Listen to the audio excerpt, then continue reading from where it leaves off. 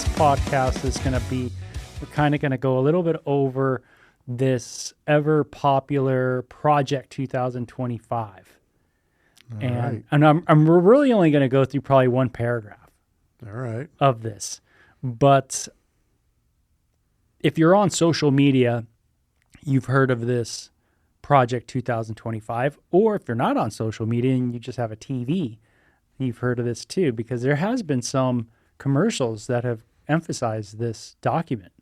Yeah, I mean, they keep trying to like make it seem like it's Trump's thing. Yeah. But then he like disavows it. And I know he brought it up in the debate. He said like, oh, I don't, because they brought it up like, oh, Trump's Project 2025. And he's like, that's not mine. I know nothing about it. I haven't read it. He's like, I heard there's some good things. I heard there's some bad things. And he disavows any knowledge of it or participation. But someone on social media was like, hitting that mark of like, this is a Trump thing. And then one of my friends in SoCal, who used to be like the coolest drug dealer in our area, he was like, his dad was, then he became one, and he was super out there, man. And he's been sober now for years. Super cool guy, way smart, just a science-minded guy. Works with like lights and electronics and like with NASA and stuff. I mean, just really, he's up there, man. Really knowledgeable guy. But he was saying, this isn't a Trump thing. Don't say it's a Trump thing. He was responding to this person's post like, this is a Trump thing. This is bad. And he was saying, it's not a Trump thing and you got to read it. And so I try to bring some sanity to the post by reading some of it and commenting on their comments. And all I could tell them is that Trump's name, I think, was used, I want to say it was like 400 times in the 1,000-page document. Like Obama's was used like 90 times. Biden's was used something like that 90 times or something. Trump's, again, is like 400 times. Now, a lot of the times it's because it's referring to the Trump administration. Yeah. I didn't read it that close. I kind of skimmed over it, and I don't know. It gave me they put a little of that German stank on there. I was always wondering if there was going to be a sequel to Mein Kampf, and I guess we got one now. What did your friend think about it? So my friend was like, hey man, we're trying to get the nation back to like, some sanity. I think that was his overall statement. So he was looking at it as a positive. The other friend of mine is a female was like, man, this thing's evil. This thing's downright bad. And so it was kind of interesting because the female never was a drug chick. As far as I know, never an addict or nothing like that. And then it's funny, the dude that was the super drug dude who was super out there, just... Is he a believer now, or is he just like super conservative? No, he is. Because a lot of people go like, they can go like one way and the pendulum swings the other way, and they get like super conservative, but they're not necessarily believers or saved. Yeah, no, he's a believer. All right. Yeah, he loves the Lord, man. I've had talks with him. All right. And so I just find it really interesting how you really don't know who's going to be for this Project 2025 or who's going to be against it. What did you think? Yeah, that's a good question. I tell you what, when I first read the opening statement, which is not made by Trump, and it's not made by DeSantis, and it's not made by J.D. Vance, because everybody's all like, the opening's by, and they always, but it's someone else that I didn't quite know. Yeah, because there's a lot of authors. There was like, it's like 4 or 5 pages of just like authors. I'm like, holy moly. And this is part of the Heritage This is from the Heritage Foundation. So it is a Christian kind of conservative think tank, project, if you will. And every group, every side has its think tanks, kind of those in the background, that these organizations that are putting things together and trying to move politics and stuff like that, influence politics. So there's nothing kind of odd about that. But the opening is not by anybody that I knew right off the bat. So don't think, oh, it is Trump wrote the beginning. But I did think the beginning was pretty radical. And what, just that one paragraph, or the? No, I thought the whole thing was a little bit like, intense. Like, I just thought it was like very intense, power punched. Like, I didn't like it. I didn't like it at all. You didn't? It's not that I necessarily disagree with what they want to do. Like, I agree with a lot of their, like, yeah, I do think like pornography is bad. Yeah. But I don't like the way they're going about it. And and we'll get into that. All right, we'll get into it. Because you asked me what I thought about it. I'm beating around the bush. But I am saying that I felt like it was like a punch to the face, in a sense where it's not like it comes off at all tempered. Right? It came off just like, boom, this is... Oh, yeah, they're heavy-handed. This is what we need to change. And it was just bing, bing, ding, bing, ding, bing. And I just thought like, woo, man, that's intense. That's, and if you didn't have a Christian worldview, like, and maybe I think that way, like I think that way is because I didn't have a Christian worldview growing up. And I think if I read something like that opening, the opening 60 pages or whatever it is, and I would have read 2 pages and I would have put it down and went, this is crazy, because it seemed so dictatorship oriented in kind of, this is the way it needs to go. And it was very, it is a very narrow way. Yeah. Yeah, but I mean, I'm not necessarily against narrow. Yeah. I think I'm pretty narrow-minded myself. Like, I have a Christian worldview. Yeah. But it's like strange because like I understand what you're saying. Like, if you had read this like back in the day, how you would have feel.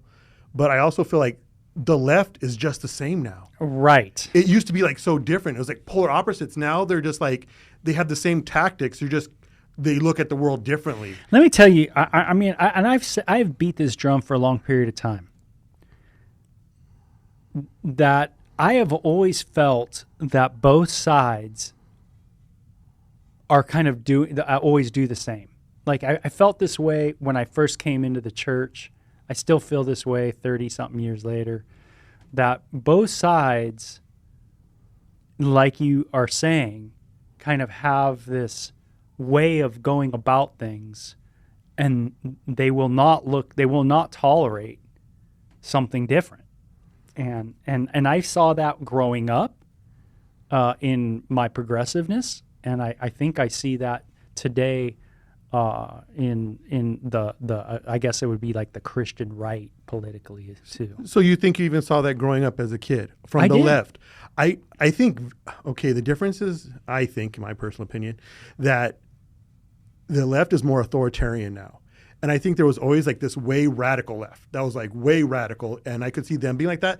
But I feel like the left used to be more moderate. I feel like everyone used to be more moderate, and now everything's just become so polarized and so divided, and it's like, you're for us or you're against us. Yeah, and I think it's because the reason why I think that way is because my left, my dad thought Bill Clinton was a conservative. Just let that settle in your brain, right? And so my dad was a radical left guy. All right.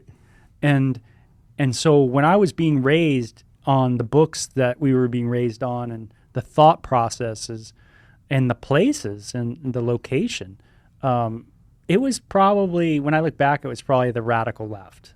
Like, it was that fringe left of the whole system needs to go down. It was very radical. All right, anarchist almost. Well, I wouldn't say my dad was an anarchist, but definitely, maybe an anarchist that, as defined in, like, if you read Howard Zinn's book on a history of the United States, the anarchists that are spoken of in that book, I could see my dad being that. So it's not anarchist. Like when I think of anarchy, I think of punk music, and I think of like anarchy. And I always remember like, oh, the anarchist cookbook, man. Like it was like a thing. Like dudes would talk about, like, have you read it, bro? Have you seen it? Like, yeah, you can teach you how to make napalm in there. right. Where I think anarchy, like from what I read in Howard Zinn's book, is the anarchists were definitely against imperialism, and so they were trying to break down systematic, centralized government systems. And so, from what I gather, that's how the term. They were anarchists. They weren't for this kind of centralized government system that's controlling things.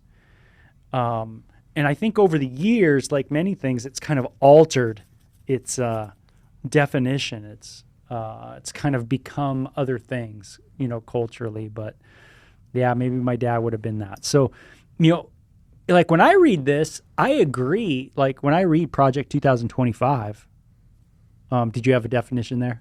No, I was just looking. I was like, 'cause I don't know a lot about anarchy. I just remember I read Lawrence Ferlinghetti's "The Love in the Days of Rage." Yeah, and it was like about anarchists trying to overthrow the government and everything. And it was based on what? Are you familiar with that book? No, but I can't even remember where it took place at. But it's like based on true events of like something happened. I want to say France, but I don't think it was France. I think it was some like France-dominated country. Okay, like one of their territories. I don't know. I need to go back and read that book. It was a long time. I was like in my 20s. So who's it by? Lawrence Ferlinghetti. Okay.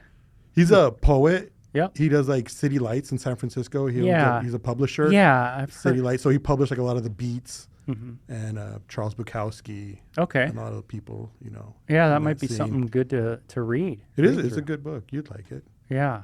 Did it say anything about anarchy, kind of the history, the past? No, it was just really about the movement that was going on there and the people trying to. What years was the context?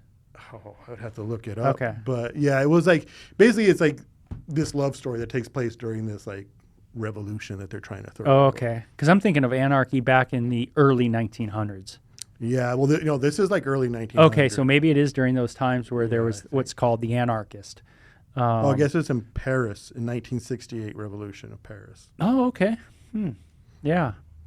So interesting. So when I read this, it's not like I disagree with the material per se, the worldview.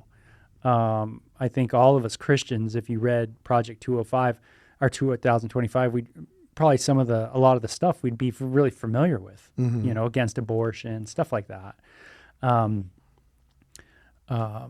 It's a little interesting in that it's very political. I mean, the whole document is about how to rule the country. Yeah, it's like a manifesto. Yes, it's like a manifesto. Yeah, and in that sense, it's a little spooky because you read it and you're like, man, is this like a, kind of that Hitler-esque thing where, okay, we have power. Now what's going to happen? Yeah, and it's like you always say, like, okay, this is all good and fine. We're going to rebuild the world, but what happens when that power is turned on us? Yeah. That's where it gets spooky. Yeah. Like, yeah, let's do this. I can agree with some of this stuff, but then it's like, okay, what about when you're in power and then you turn on me? Yeah, that's it, right? And it's almost like, can we have a government that just lets us have freedom of religion, so we can worship God and not mingles in our world? And you know what I mean? There's like a limit. Like it seems like government is so big that it's just involved in our day-to-day lives. We have to think about it all the time. Yeah, I don't like that. Yeah. So anyway, I'm going to read some of this and we can kind of comment on this. And just so, and hopefully you guys don't shut it off right off the bat because you're just like, oh man. Or you might agree with this. So it says, furthermore, the next conservative president must understand, and this is in the opening, must understand that using government alone to respond to symptoms of the family crisis is a dead end. Federal power must instead be wielded to reserve the crisis and rescue America's kids from familial breakdown. The conservative promise includes dozens of specific policies to accomplish this existential task. Some are obvious and long-standing goals, like eliminating marriage penalties in federal welfare programs and the tax code, and installing work requirements for food stamps. But we must go further. It's time for policymakers to elevate family authority, formation, and cohesion as their top priority, and even use government power, including through the tax code, to restore the American family. So this is a complete package deal. Oh, yeah. Today, the left is threatening the tax-exempt status of churches and charities that reject woke progressivism. They will soon turn Christian schools and clubs with the same totalitarian intent. The next conservative president must make the institutions of American civil society hard targets for woke cultural warriors.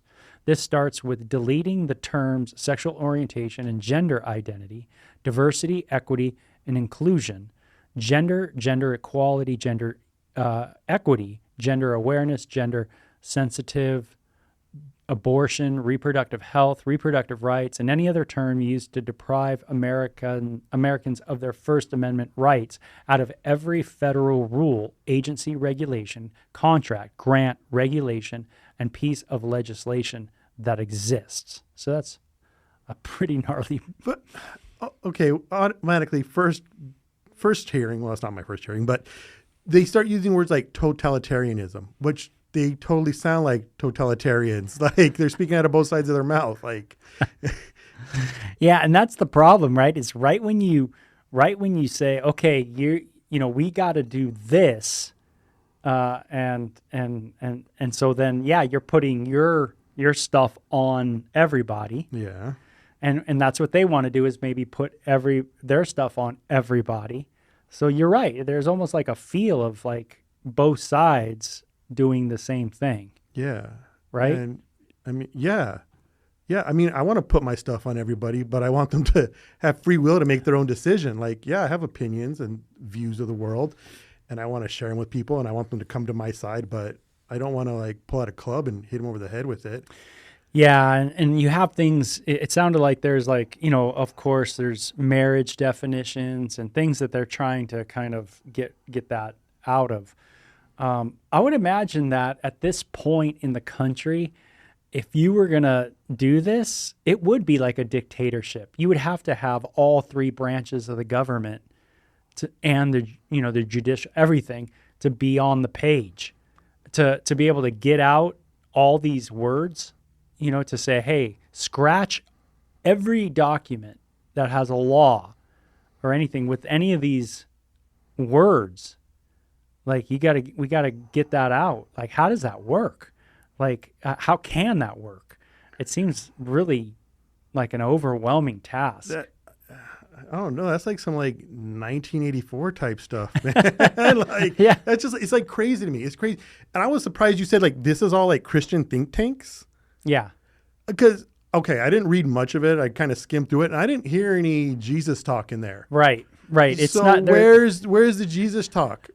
Because like that's what we need. That's what's going to change people. You got to change your heart. Like I can force you to do something, but if your heart doesn't change, like what's the point? So now you don't say transgender or do this or do that, but inside you're still all gross and yuck. Like who cares then? Who cares? Yeah. Well, that's it's awesome. I love hearing that. And there are Christian think tanks that basically are not, in the sense preaching the gospel, but they are utilizing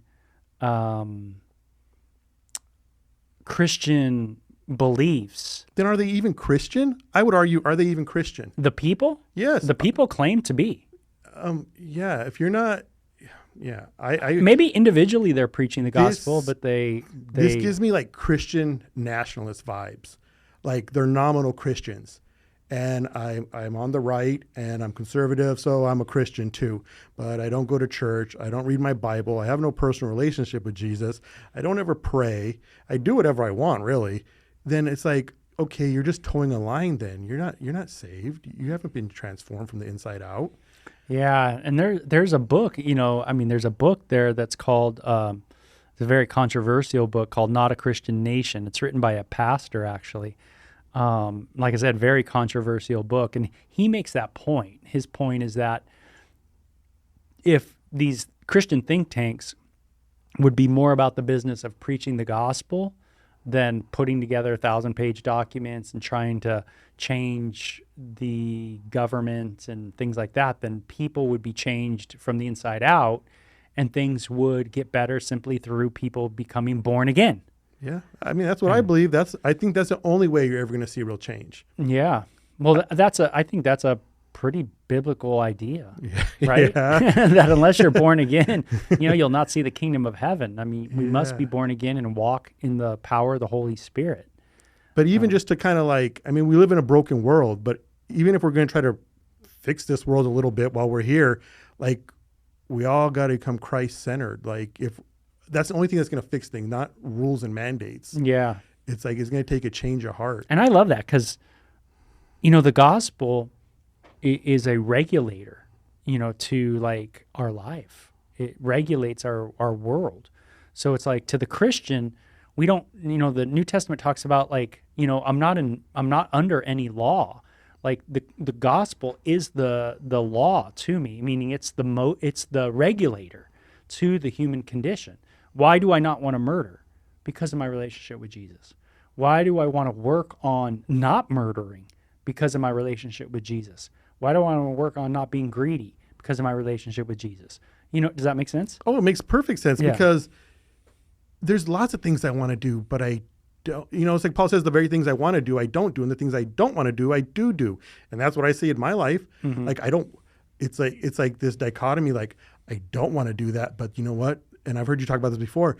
There's a part of me that likes that. Yeah. And I got to kind of look that in the face because I think when I first got saved, I had a tendency to kind of oh yeah, I don't like that. That's gross. That's yucky. But I was kidding myself. No, I really did like that because I was still doing things. So right. Obviously I do like it, and that does appeal to me. And yeah, I'm just gross inside. Yeah. So there's and the idea is what's going to regulate people. What's really going to regulate them.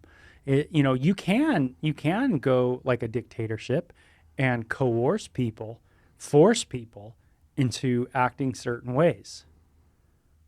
But what is the result of that? And how does that work in Islam? How does it work in those kind of countries? How does it work in China? How does it work even in the United States when people are forced? Just goes underground. Coerced? Yeah, it can go underground. People can become, in a sense, dull. Meaning they can become just almost like they're drugged, because they don't want to fight anymore. The big power structures. I'm sure that's how it was under Hitler. I'm sure a lot of people didn't like what was going on, but what can they do?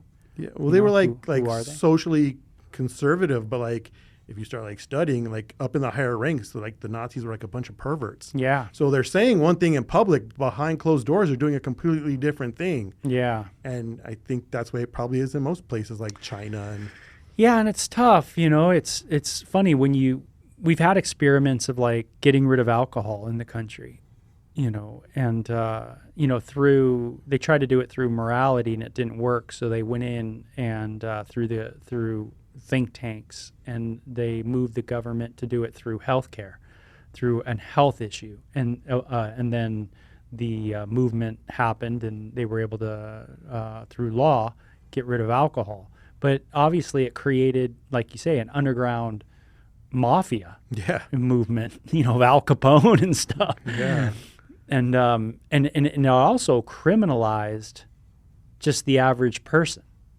Which was what they talk about doing in there. That's right. That's the scary part. So when it goes on and it says pornography manifested today is the omnipresent propagation of transgender ideology and sexualization of children. For instance, it's not a political Gordian knot extricably binding to desperate claims about free speech, property rights, sexual liberation, and child welfare. It has no claim to First Amendment protection. Its purveyors are child predators and misogynistic exploiters of women. Their product is as addictive as any illicit drug, and as psychologically destructive as any crime. Pornography should be outlawed. The people who produce and distribute it should be imprisoned. That was interesting. That's the line I kind of want to focus on. I mean, that paragraph. Really? Because like I got like the first sentence, like I was like, red flag, red flag. But I just thought like imprisoned. You know, I thought, man, okay, so there's a criminalization of people. You know, so certain laws, if you set up certain laws, you start criminalizing people, right? And it can work on both sides of the political sphere, right? If I don't call you by a pronoun that you want to be called, am I going to be criminalized? You know, is that a criminal act, you know, for me? And if a law is there saying it is a criminal act if you don't address this person the way they want to be addressed, I don't know if I'd be for that at all. No, I wouldn't. You know, and on the flip side, you know, people again got criminalized during Prohibition, you know, because they wanted a drink of alcohol. Someone wanted a glass of wine. Now the lady becomes a criminal, right? The old lady who's 85 years old, who's Jewish and who's been drinking wine since she was born, you know, now, or the Italian, right? He's like, I can't have a glass of wine. Like, what happened? You know? And now that poor man, right, is criminalized. They become a criminal under the law. And so there was a lot of, I think, lessons hopefully learned in Prohibition. And it seems, though, that this is going down the same road. Like, do you think there was lessons learned? Well, I don't know. I'm hoping there was. I think there were lessons learned. I think they've been long forgotten. Yeah, maybe, and that this is just going to repeat. You know, I've always wrote that pornography won't get banned due to a moral issue. That's not how it's going to work. It's going to go through the same Prohibition road. My belief is that it would go through some kind of health issue, some kind of mental disorder issue, some type of this is the effect, you know, and then it would happen and it'd make people criminal, you know, criminalize people. Now, let me just take this kind of apart a little bit. It says pornography manifested today is the omnipresent propagation of transgender ideology. And I was like, when I first heard that, I was kind of like, what? I was like, I was thinking, and I've done a lot of talks on this subject. And I don't know if I wouldn't say, firstly, that pornography manifested today is the propagation primarily of transgender ideology. No, not at all. I mean, it's like a subset. It's a genre of pornography, but it's wild. It's wild stuff, man. Yeah, because you know, when you know, growing up, you know, in order to see any kind of transvestite pornography, because the word transgender really wasn't used, it was transvestite or cross-dressing porn or stuff like that. That was a super niche, man. That was like very niche stuff. Yeah. You know, and as pornography has become free and has been distributed, and I'll get there about that.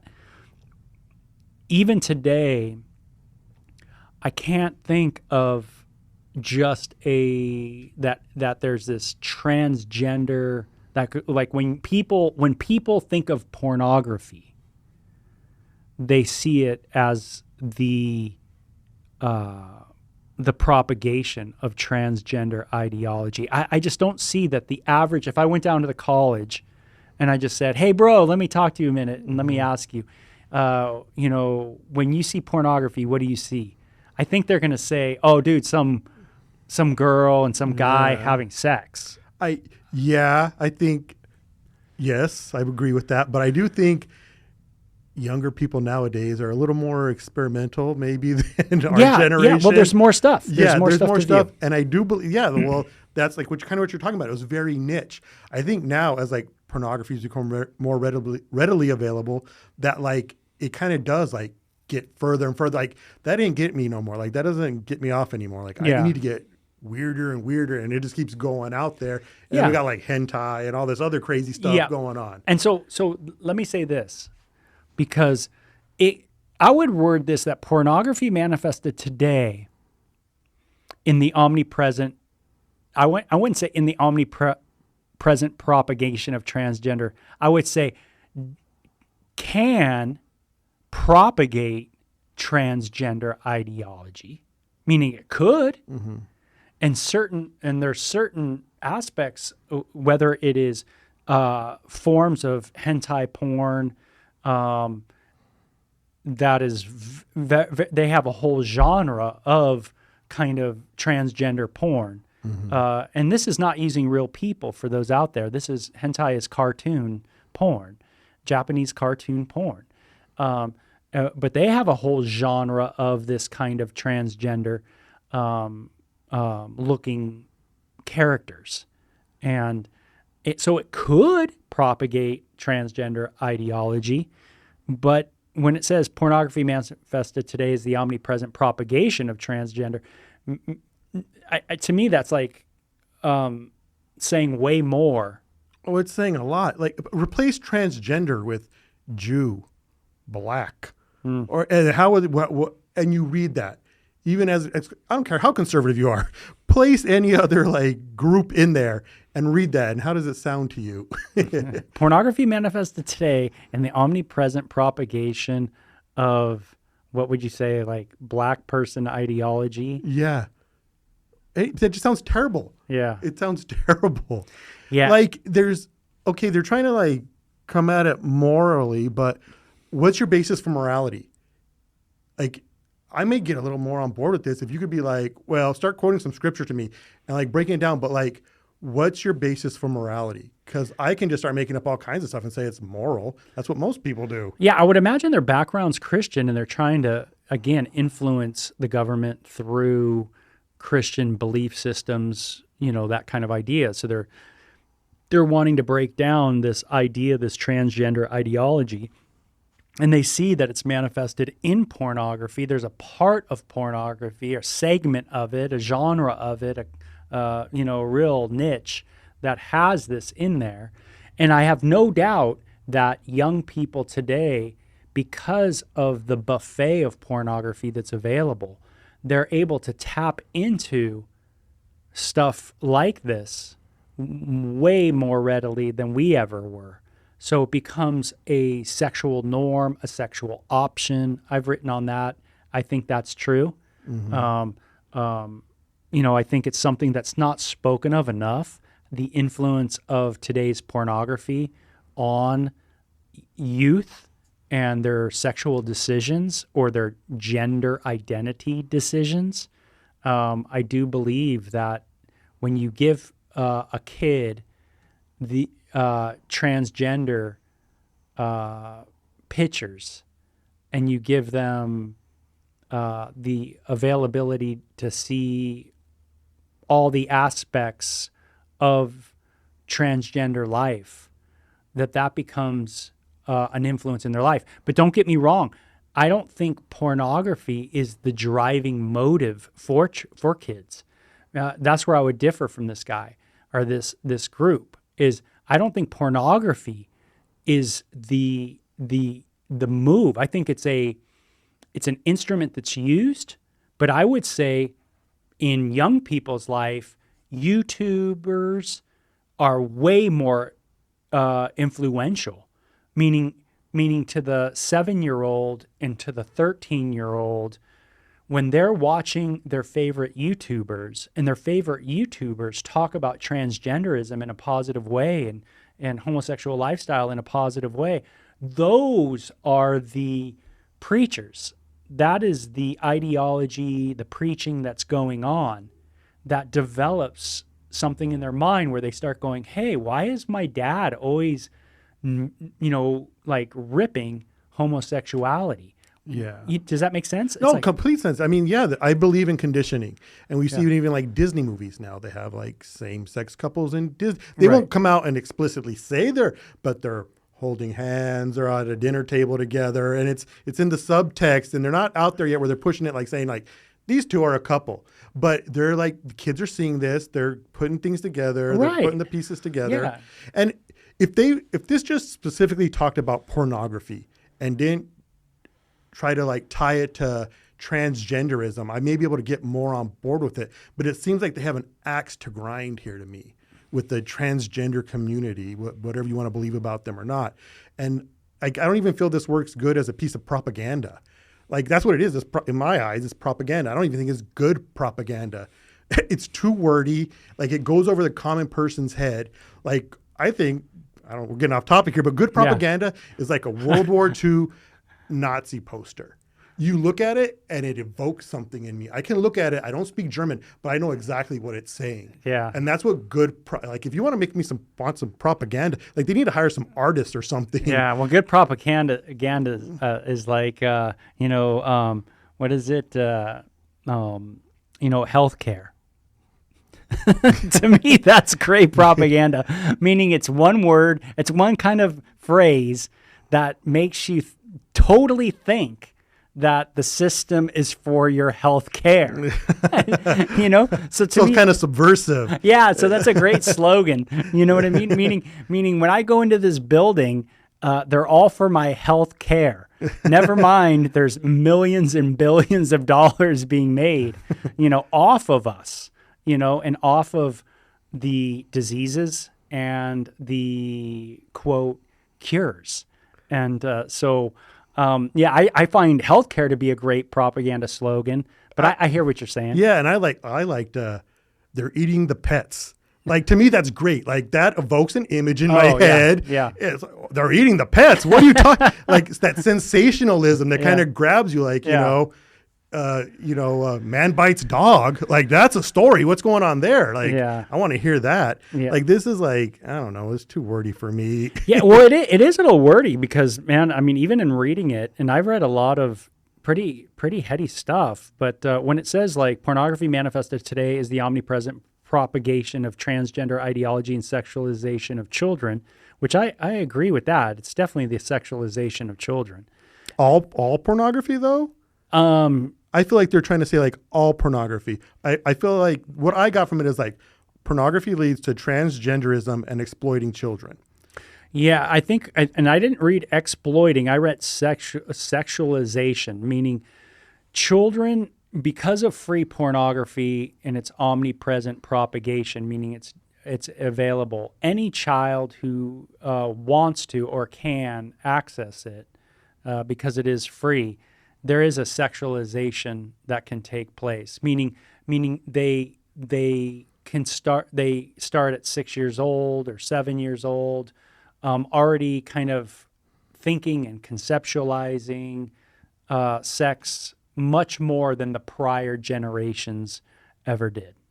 That's what I got from it. Okay. I mean, I guess I could see that, but I think, these are just my opinions. I think more like, Freud, like it starts a lot earlier than that. I think kids are like, we're born sexual creatures. Mm-hmm. And yeah, maybe we weren't seeing pornography, but I think we innately knew that like sexuality. Like I remember as a child seeing things on TV and I didn't understand it, but I knew something was going on there. You know what I mean? Yeah. Whether it was like just the way a woman looked or something, like something inside me was like, what is going? This is making some kind of feeling in me. It's creating some kind of feeling. I don't really know what it is, but it's something's happening inside me. Yeah. Well, this is cool. But that's good you brought it up because it brings up another problem with this is when you say pornography, sometimes we have to go, what do we mean? Right? What do we mean by pornography? And pornography can be defined as just any source, media source. It can be audio, it can be video, it can be something else, I guess. But anything that's primary purpose is to cause sexual arousal. Now, check this out.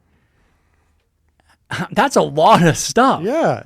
I mean, that's a lot of material. And you can get rid of, I've even argued, you can get rid of all the human being pornography out there, like all of it, and you still haven't touched it. Yeah.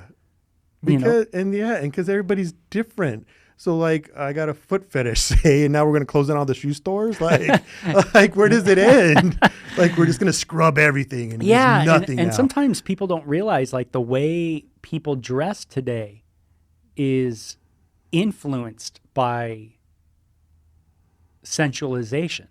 You know, like people, like women and men dress ways where we're much more, you know, we don't wear robes. We don't, you know, that, I mean, if you just think about it, you know, you go to a Middle East country and they're in robes, you know, men and women. And why do you think that is? You know, well, I'm saying it could be because of their law, Sharia law, which very much could have a large part to play in the way they manifest themselves in public, and to not be sensual, not to convey a sensuality. Now you can go there. I mean, you can go there. But the thing is when you say pornography is everywhere, well, okay, well, like it might hit home a little closer than you think. Meaning, is my daughter dressed? Are you saying that my daughter, you know, because she wears maybe something a little, you know, is that because, you know, are you saying that you're going to put a law in so that she can't wear certain things? Or I guess my point is that sometimes when people say these things, they're not thinking about their own spouse and the way we convey sensuality. And if, I mean, do you want to really just shut that down too? Because the way we go about sometimes even our dress can be primarily to be attractive to people. Or I agree with that a lot of times. Yeah, but I think there's like a lot to dress. Like, I think it's like to identify with certain subcultures. Like, you know that, I know that. Yeah. Like, so, and then like getting back to the Middle East though. So, and Sharia law, do you think, okay, maybe that's what it's morphed into, but do you always think that was the purpose? I've always tend to think like, look where they're at. They dress that way to protect themselves from the sun. I don't know if initially it was necessarily a modesty thing, but it was just like, we're out in this wind and this sand and this sun, and we got to cover up or we're going to like burn. Yeah, like a practicality. Yeah, because like I think like I want to show how ignorant I am. Like, I've never been to Middle East, but I remember like the old Sinbad movies from when I was a kid.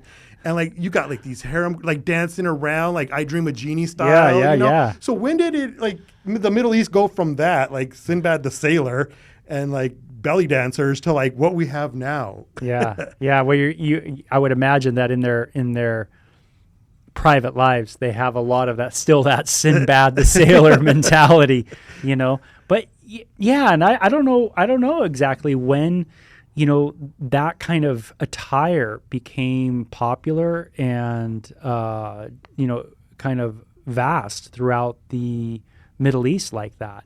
I don't know if it was the Turkish Empire, you know, the Ottoman Empire, that kind of adopted certain things at some point, or if it was like a more incredible, hardcore Sharia religious kind of law that came into place, which I know Sharia law definitely influenced the way the women dress. But you know, I wonder about that.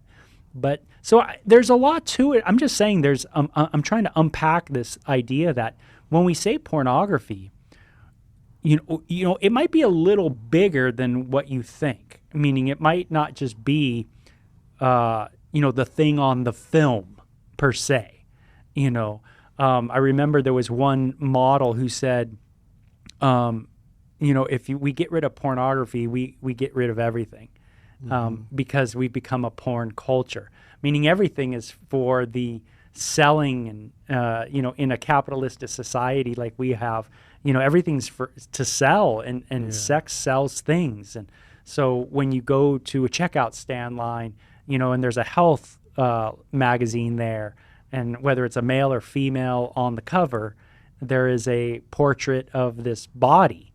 And it's not because, you know, they want you to buy the product. They want you to buy the magazine. And so there's a specific image that is shown there. So is that pornography? And is that criminal? is it a criminal act to be portrayed in that picture and to make that magazine like that and distribute that magazine? Are they pornography distributors? And see, some people might go that far. Yeah. And be like, yeah. See, that's the scary thing to me. But then it gets back to who decides what pornography is. That's right. Because like in other cultures, like what we find here in America, like on the cover of Cosmopolitan, we're like, oh, that's a very attractive person. Yes. But you take that somewhere else in the world and be like, that's gross. I don't want that. Like this is our idea of beauty. So what necessarily would be pornography here wouldn't be pornography somewhere else. Yeah, and that's I think what you're talking about when you are talking about this is scary, is that whoever is in power, if they start dictating, what is pornography and what isn't, and how this looks, it can really be, it can affect everybody. Meaning it's not, you're not, when you say pornography, in criminalizing it, you might not be, now check this out, you might not be criminalizing the hairy Italian dude who's having a pool party because he's looking for someone to invite to a porn studio to make some funky porn. You know what I mean?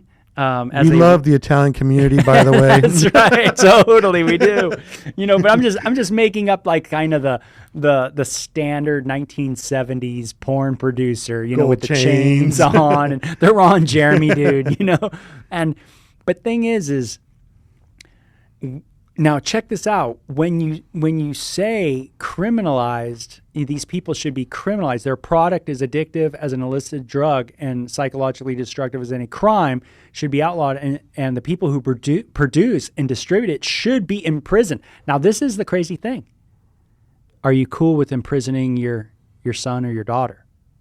Well, no, that's for everyone else. There's rules for me and rules for thee. Come on, Bo. See, this is it. Pornography today is made and manufactured in a lot of ways through amateur production and amateur distribution. And so you have a porn industry. Where I'm from, San Fernando, you have a porn industry. Okay, and that industry is regulated. If you are going to be in the porn industry and have a porn company, you can't just kind of do it. And if you get caught, there's laws in California about that. It's a regulated. You have to pay payroll tax, blah blah blah. It's everything like that. Yeah, to me, that's another point you bring up that I was thinking about when I read it. Is like it's kind of outdated. Their whole view, like misogynistic. So, and you've talked about this before. So, like, what if it's two girls in their own room? That's what right. Is that misogynistic now? Okay, so that brings up another point. So let me just finish this point, is that criminalization of people with cell phones.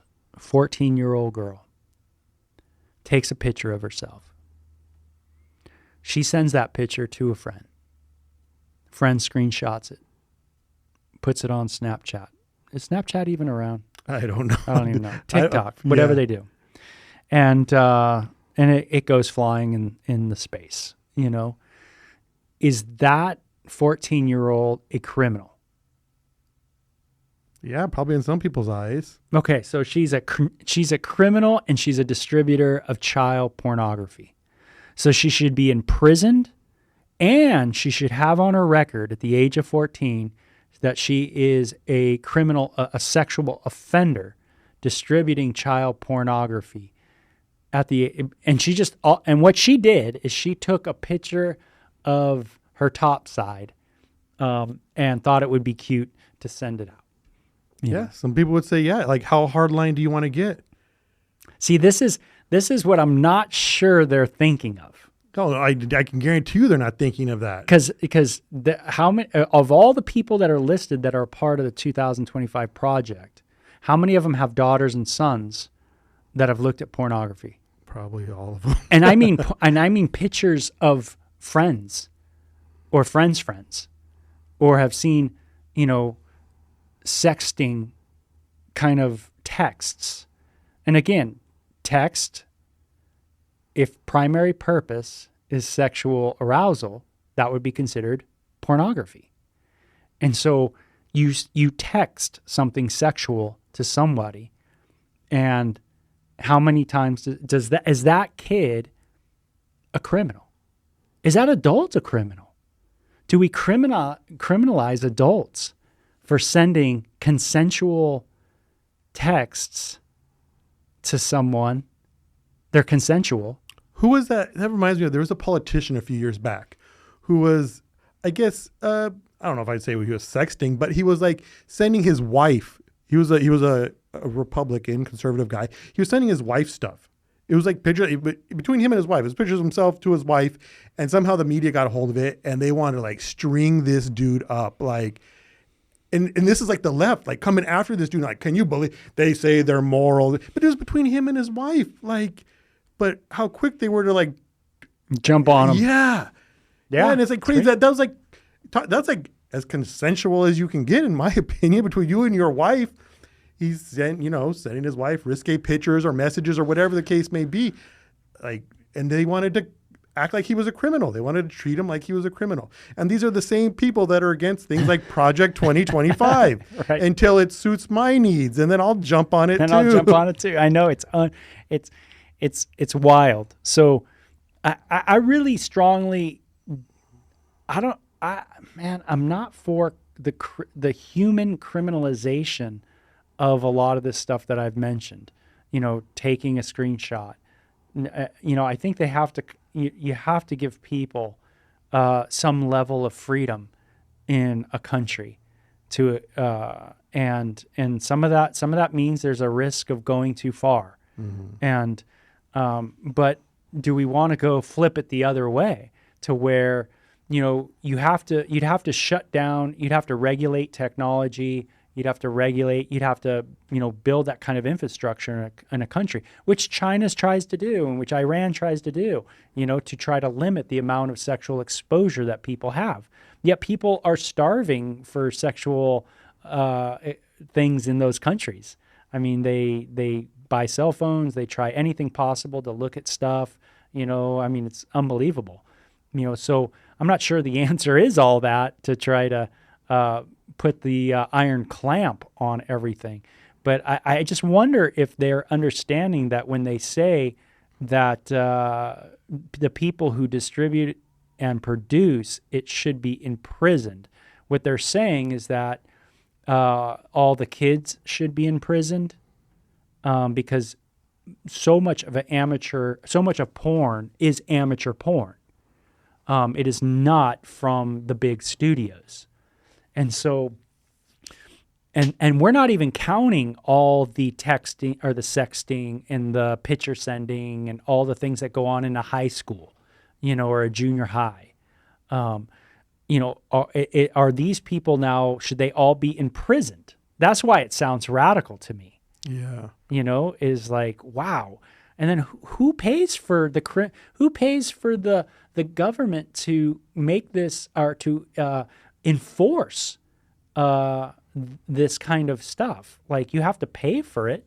Do you create an army that like a sexual moral part of the police? Yeah, probably thought police. Yeah, then it becomes very 1984 and Huxleyan and stuff like that, where it becomes super weird.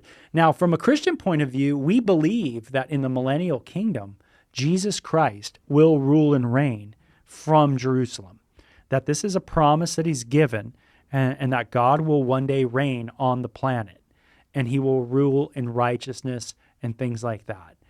Now, I believe that Jesus can set up something, and it would be a righteous and a just and the right thing, meaning Jesus can do it right. Meaning, if anybody can judge righteously, if anybody can judge mercifully, if anybody can be gracious, if anybody can hold the strong arm of the law in a righteous way and in a just way, and a person who loves mercy and who can do it all perfectly, it's the Lord. Yeah. So I have no problem with Jesus doing it, but I just got a problem with us doing it. Yeah, exactly. Okay, so let's talk about this other issue that you talked about, it being short-sighted, meaning it talks about misogynistic exploiters of women. And you brought up a really interesting issue that I'm surprised. I am really surprised that this group of people haven't looked into this enough to understand women's part in the production and distribution of pornography today. Yeah, I don't know. I just get it's like a lot of old people that are kind of out of touch with the way the world's working now, and they're just like still thinking these oh, it's in the San Fernando Valley, and we got Dirk Diggler out there, and and that's I don't even know if that's a thing anymore. Is that still even commercially viable to have pornography studios like that? I can't see how they can compete with this guerrilla porn that's out there nowadays. Yeah, it's just where are you guys living? The 1950s? And it feels that way. Yeah, it feels like they read a book from 1990 or on the some subject. John McCarthy era stuff. Yeah. Well, there definitely has been books written on this subject, but most of the stuff I've read in the Christian world is not very nuanced, meaning I don't believe it's been very thought out well. I've tried to rectify this through, the different things I've done to try to kind of speak out a little more nuanced on the subject to give people different perspectives and understand kind of the more broad sense of the issue. And this is one of them that, there's a part of women's liberation movement that's super popular, that's pro-porn. And it's there's, just so many pro-porn female producers today. I've listed them off before in prior podcast, but so I'm kind of blown away that, so if a woman depicts women in sexual ways, is it still misogynistic? If it's all woman owned? Yeah. I mean, you can make an argument for that because, we got the patriarchy, man, and the man's behind it all. Right. But I don't know. I guess you could make an argument for it, but I don't know if it really holds much water these days. Yeah, because there's the pro-porn feminist, Wendy McElroy, who would say, hey, we're having sex our way, the way we want to. We want to pursue pleasure on our own terms, just as you men have done forever. We're doing it too. So it's not misogynistic, meaning it's not male, looking at women a certain way. We're looking at women and we're looking at men a certain way, I find this interesting because especially with the amount of women that are involved in sexually explicit material, from younger girls, under the age of 18 to over the age of 18. We're talking about a boatload of people. Now, back in the early 90s, 95, they said 1 in 3 porn viewers were women. Mm-hmm. So 1 in 3. So to every 3 men, one of them is a woman. There is some statistical information that talks about lesbianism and the viewership of lesbianism coming from females being totally high, off the charts, meaning a lot of women enjoy looking at other women, kind of thing. So yeah, I just think there's enough information out there. There's enough statistical information to where it's hard to say that all these women are child predators. Yeah. And all these women are misogynistic exploiters of women. Or that even the men are all child predators. Right, right. To all the people that have seen pornography. And now, again, when I'm talking about pornography, I'm talking about, hey, why did you watch Dallas in the 90s? Why did you watch Three's Company? And it's like, that's what I mean. It's like, because Jack was funny. That's right. It's like, why did you watch these shows? It's those crazy porn people over there. But why did you watch it? Wasn't it because, can't we get a little honest? Wasn't it because, let's face it, you got a chance to look at these chicks, as a dude. And you were like, wow. And there was a little bit of an excitement there. And you would say, and you might argue, well, there weren't primarily, their primary purpose wasn't to arouse you. And I would say, well, yeah, okay, I get that, it's a show, but let's face it, man. Yeah, it was definitely one of the hooks. It was like they had numerous hooks they're trying to get you in. Yeah. And it all comes back to so I can sell you more stuff. Yeah. It all comes back to money, so I can sell you more stuff. Yeah. So all those people weren't, one thing we've learned about the pornography experiment is that you can have a lot of pornography and not everybody goes out and rape people. So not everybody is a child, a purveyor of child predator. That was weird. It's purveyors of child predators and misogynistic exploiters of women. So everybody that has viewed, so the girl who's at college who views pornography a little bit, she's a purveyor of child predators, or a misogynistic exploiter of women. The only thing I really agree with in that whole paragraph is the destructiveness. I believe that wholeheartedly. I believe that pornography is destructive and it destroys us and it eats away at our soul. Mm-hmm. And I think that would be a more valid argument to come do you understand what you're doing when you're taking this stuff in, what you're doing to yourself? I don't agree with the part where it says it's just addictive as any drug. Maybe to some people. Yeah, maybe to some people. To most, no. I always ask people when they say that, I just go, well, hey, what drug did you get off? Yeah. Were you on heroin or what drug? And usually the person who says that statement, they're like, I've never been on drugs. I'm like, then why are you saying that? Yeah. Have you ever tried to get off crystal meth? Have you ever tried to, were you an alcoholic? What was it? I think the biggest danger with pornography is how deceptively destructive it is. You don't even realize what it's doing to you. And especially if you have no worldview of God, you don't even understand what you're doing to yourself. You're just breaking yourself down. And I agree wholeheartedly with that. I agree wholeheartedly that a world without pornography would be beautiful. Without any sin, though. We could say that about any sin, though. Yeah. It's why are we latching on this? Which it should be latched on, but let's latch on all the sins. You know? Well, let's criminalize all the sins. Let's do that with greediness. Yeah. How about just pride? If you have too much pride, you go to jail. And I believe pride is the root of all sin. I think you can trace all sin back to pride. But wouldn't that be wild if there was a pride, a police pride kind of crew? You're too proud? Yeah. But then they would be proud. Yeah, but then it's they somehow monitor you for your pride. And then you get tossed in the pokey a certain period of time. But yeah, it could be all kinds of sins, right? They definitely lash at this one.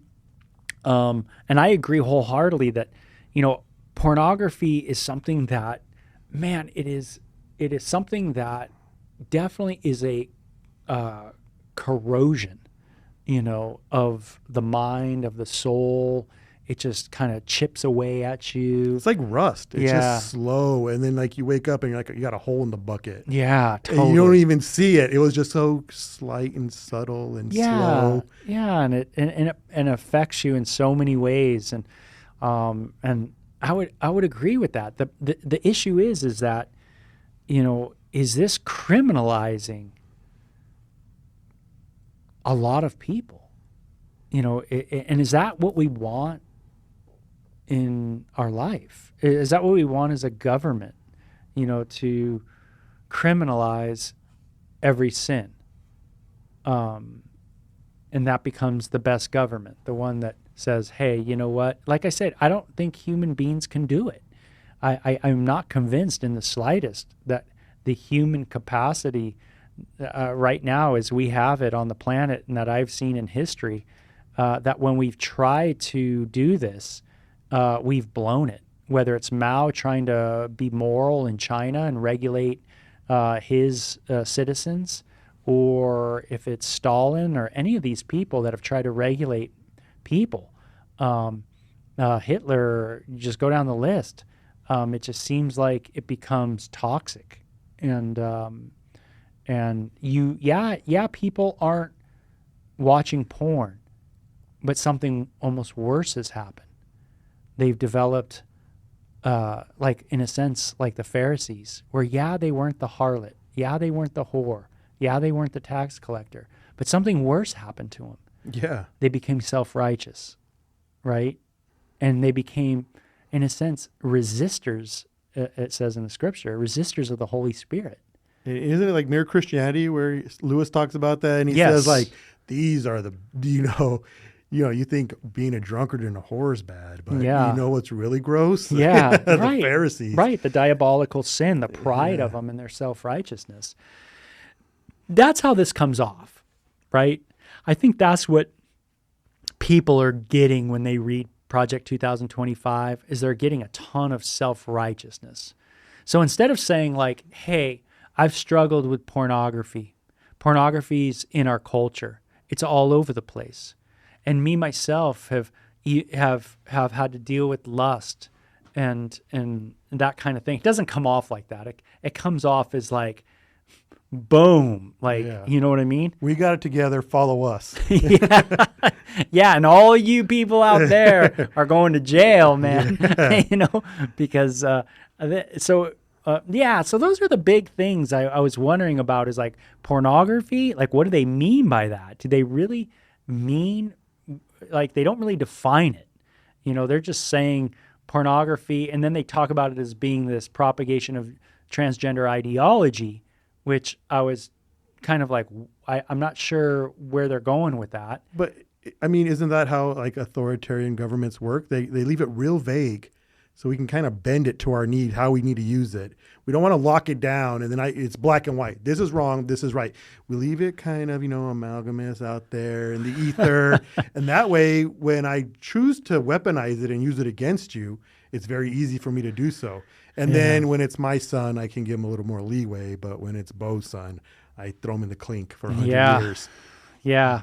So I understand they're coming at it from, hey, this isn't just some, we can't say, hey, this is my First Amendment right to view pornography. This is my First Amendment. I understand some of those arguments too. So anyway, that was my overall impression of the document, was that I didn't feel some of these things were very thought out and explained. It did feel very old. If you say, like you said, outdated. I wasn't quite sure where they were going with the propagation of transgender ideology, other than that I still believe that probably YouTube and YouTubers are more influential in the propagating of transgender ideology than the genre of pornography, of transgenderism, which is still, even in today's pornography world, is still a smaller segment. Even though it's a popular one, it's one that's becoming more popular. I totally understand that. But it is not like, it is not, I would say, so much in the mainstream of porn culture per se. Even though more people are getting into it, searching for it, and those searches are much more now than they've ever been with this topic. But it seems like it comes much more through the YouTuber and the teaching that goes on there that really gets people interested and moves them into these directions. What I can appreciate about this is that it's radical. And I do believe you need to deal with your sin radically. Mm-hmm. You need to like exterminate it. But this isn't the answer. This isn't not this kind of radical. Yeah, well, this is definitely, like it says, this is what they would want the government to kind of work on, right? Is, that, like they say, this product is destructive and it should be a crime and outlawed. And then, again, you have to find out what is going to be outlawed. What at what point, and is the Bible going to be outlawed? Do we outlaw the Bible? The Bible has very sexually explicit material in it, and so is that a part of the chopping block, of this? And to me, that's the big concern. Is like if you start outing stuff, then at some point someone's going to read the Bible and they're going to say, and already this has happened many times, and many people are talking about this, right? A lot of atheists bring this up. Is that the Bible is filled with sexual stuff. And it's filled with slavery. It's filled with all kinds of things. People having 1,000 wives or 700 wives, 300 concubines, this whole thing. What about that? What about that kind of exploitation, misogynistic? If you want to get rid of misogyny, right? I mean, can someone someone will make the argument, believe me, whether the Bible is misogynistic, that's another argument, but someone will make the argument that it is misogynistic. Yeah, they are. I mean, I hear people say that all the time. That's right. So is that what they're saying? Is that what they're saying? Is that, hey, we're going to get rid of the Bible too because it's exploiting women? Because we have women that are concubines? Like, it's like you said, man cannot do this. And coming from Christians, I would expect them to have more of an understanding of that. The Bible says I can't even tame my tongue without Jesus. So how am I going to do all this? How is man going to do all this if we can't even control our tongues? Yeah. Yeah. It's to me, it's really interesting. They definitely come out thinking that they're going to be, it sounds like that they're going to be able to do this. I just find it very interesting. So, there's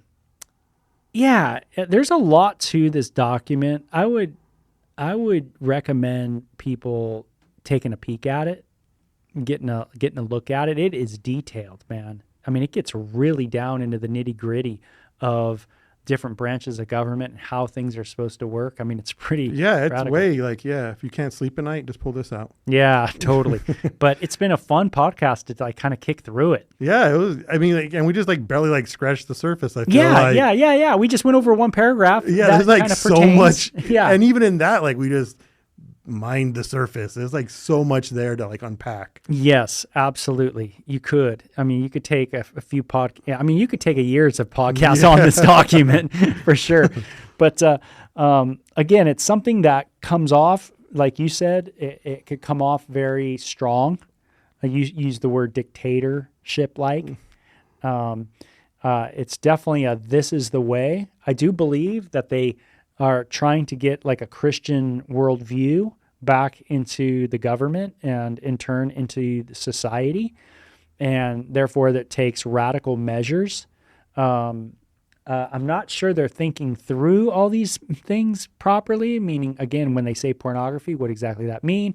I don't think they're taking into account the female influence in pornography today and how they're viewing things. I definitely not sure if they're understanding criminalizing children and understanding the amount of amateur pornography that's out there, kind of the nature of present pornography culture. It doesn't sound like it. No. And then they talk, of course, I have many podcasts on this idea of addiction and using those kind of terms of addiction and drugs and all that, relating that. I think that's a segment of the Christian idea of sexual sin they use those terms. Would you say that you've like evolved your thoughts on that? Because in your book, I read it, and you would use the term like addiction. But then I've heard in your podcast where you're kind of like, I don't really like those terms. Yeah, I used it in the book just because in writing a book, sometimes like if you like to explain something, it would take almost like another chapter to like explain how I'm trying to use this word. I used it in a broad sense of just like a habit, like a habitual habit, so in that broad sense of addiction, where a lot of times when they're saying what it says in the 2025 project, when it says it is as addictive as any illicit drug and as psychologically destructive as any crime, they're using sometimes like technical terms. Addictive is kind of a technical term that has a pathology associated with it. So just as a drug has a pathology, this is how you recover from drug abuse. This is how you recover from sex addiction. And the reason why I think I've always struggled with that is because in Christianity, we go off the Bible, and the Bible is super pro sex and very pro passion.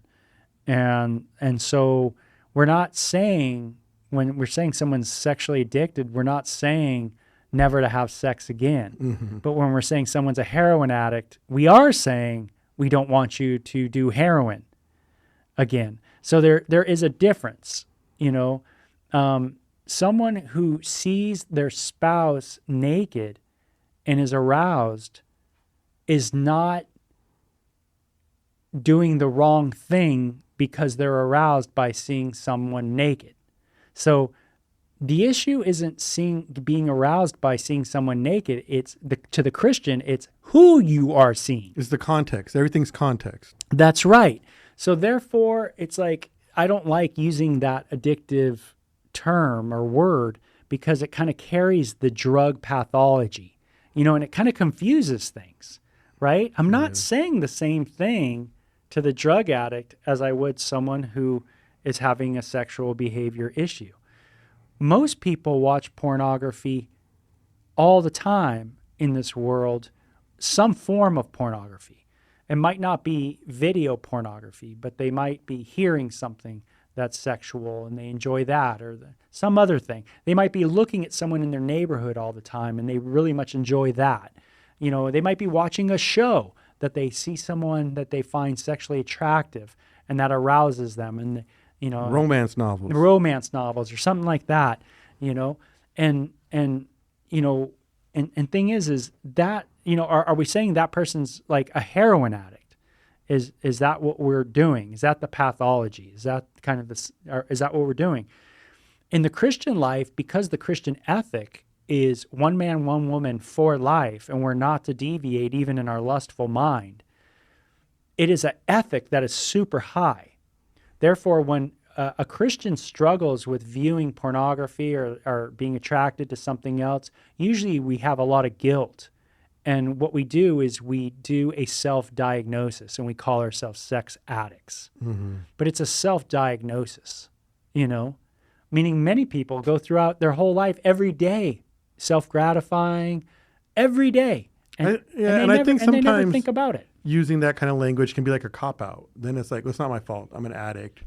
Like, it's a disease. We've done a lot of podcasts like that where it can get your attention off of just you being responsible, right? Yeah, and things like that. So, yeah, for those reasons, I think hold to that view. I do believe it's corrosive. I do believe that, oh man, if we could live in a world without it, it would be awesome. Again, to make people criminals in a society, that's where I'm kind of like, doesn't that sound like Iran, or isn't that a little Saudi Arabia? Like, where if a woman, gets caught, self-gratifying, she goes to jail, like, is that right? How about public shaming, like the Scarlet Letter? Yeah, a big P, a red P on your chest. Right. It's like, I'm just like, I don't know, man, that sounds crazy. I mean, it sounds pretty intense, and I think a lot of Christians struggle with Islam because of Sharia law and this kind of rule this kind of heavy-handed rule. But it sounds like the Pharisees had their own version of this, and they had a heavy-handed rule. Mm-hmm. I don't know, maybe the Christian right, that are involved, are gonna fall into the same trap. It's just a thought. Maybe that's the trap that's kind of Satan springs. It's like, you guys can do it. You'll be able to regulate all this morality. You'll be able to really rule people right. Yeah. And there's something very satanic to that thought. Yeah, I know, it's crazy. It's really weird. And, I always wonder if the Antichrist is going to have a purity movement. It would make sense. It would make sense. Maybe not at first. I don't know. Yeah, I just always wonder if that's how some people are going to get like, oh man, this is the answer, or this guy's going to make it right, or, kind of thing. And because like all those like cult figures do that. Like at first they kind of have like this purity sheen to them. And then as it gets deeper in, you got like Jim Jones and David Koresh, and they start having these harems and all this stuff is corrupted. Going down. Yeah, Bhagwash Rajneesh and the Oregon back in the day. And it's like all spiritual and holy, and then you can find out in the background there's always this weird stuff going on. Yeah, because it's just like, it's the heart of man. It's just twisted. Yeah, it's, come Lord Jesus, right?